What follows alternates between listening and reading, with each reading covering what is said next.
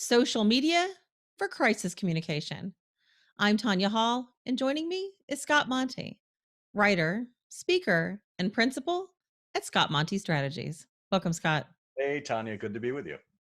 So, for those people who may not know who you are, give us a brief summary of your journey through the C suite and the role that social media has played for you and along the way. Well, I'm currently an executive coach and advisor, and I work with the C suite, helping them to be better communicators, to be virtuous leaders, and to operate with more empathy in general. And I came by this role by virtue of being Ford Motor Company's first global head of digital communications and social media. I was there for about 6 years, and it was during the height of the car apocalypse. And it was at the same time that social was becoming a massive thing with big brands. Learned a lot, pioneered an awful lot, and have now taken that show on the road. In fact, you and I have been exploring the depths of social media together for, gosh, at least a decade, if not more than a decade. I think you're right. Yeah. One aspect rather of the power of social media is how members of the general public, either individually or in small groups, can create a real or perceived crisis for a very large enterprise. Tell us the backstory about the Ranger Station fire. Well, this is back in those heady days of congressional testimony. Ford Motor Company was shoulder to shoulder with GM and Chrysler in Congress talking about the bailouts. And folks automatically assumed that Ford was there with its hand out looking for federal help. And the fact of the matter was, Ford had 2 years previously gone and basically mortgaged the entire company to take out a home improvement loan, as the then CEO, Alan Mulally, used to call it, and was there not to get the handout, but was there to help support its competitors because they all use the same supply chain. And if GM went down, then that might suck down the entire supply chain, which would affect everybody, not just those that were at the table. And Ford was there fighting for the heart and soul of manufacturing in America. At about that time, we also had something crop up from a website called the Ranger Station, which was a fan portal, basically. A guy in Ohio, about 10 years before, had put this together because he was a fan of the Ford Ranger, which was a small pickup truck. And something cropped up that morning on Twitter. And again, this is early December, so just weeks off of this congressional testimony, and we were getting pummeled online. Something came up on Twitter that this guy from the Ranger Station was being sued by Ford Motor Company, and they wanted him to turn over his URL and to pay $5,000 in restitution. So that's how I started my morning commute on the way into the office. And I realized there's something going on here. I kind of sent a note to our general counsel's office and said, you know anything about this? I'm going to try and see if I can find out more. And what was happening, because I was maybe 6 months, 5 months in the job at the time. I had come from the outside. I was very well connected on social.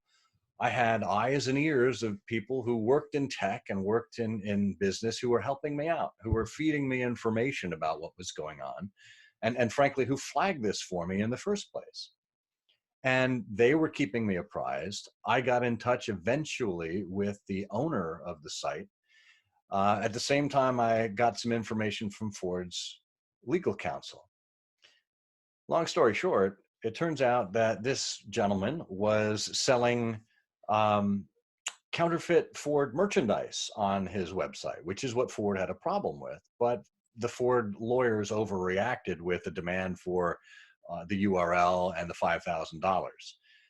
And through some back and forth, which eventually turned into a telephone call with the man. I'll tell you, even in the age of social media, telephone calls still work. That human contact, there's really something to it to really kind of bring everything down and suck the vitriol out of the room and suck the emotion out and just understand where someone's coming from. And I did. And this guy had the heart of gold. He was just was really into Ford and was a huge fan and wanted to do right by Ford, but he didn't have the wherewithal to uproot this 10-year-old community and find a new URL. Ford, in the meantime, the lawyers began to back off their position a little bit. And I tried to get them to be a little more constructive and a little more engaging with a fan rather than simply burning him to the ground. You know, you've seen the meme online when somebody sees a spider and then there's somebody there with a flamethrower, which is the equivalent of what we were dealing with the legal department here. But it became an eye-opening moment for us to understand that legal and, in my case, communications needed to work hand in hand when it came to crisis management, when it came to avoiding creating our own crises in the first place, to actually create something that works for every party. Like you said, this event happened a decade ago when social platforms were in their relative infancy, if you will. But if Yep. something like that were to happen today, how might it be different? I don't think Ford, if this was the same scenario, I don't think Ford would have the luxury of time to be able to respond the way we did 10, 11 years ago. Because Twitter was a village back then. There were, well, there were probably a few million people on it, but nowhere near what we have today. If it happened today, it would have blown up in seconds.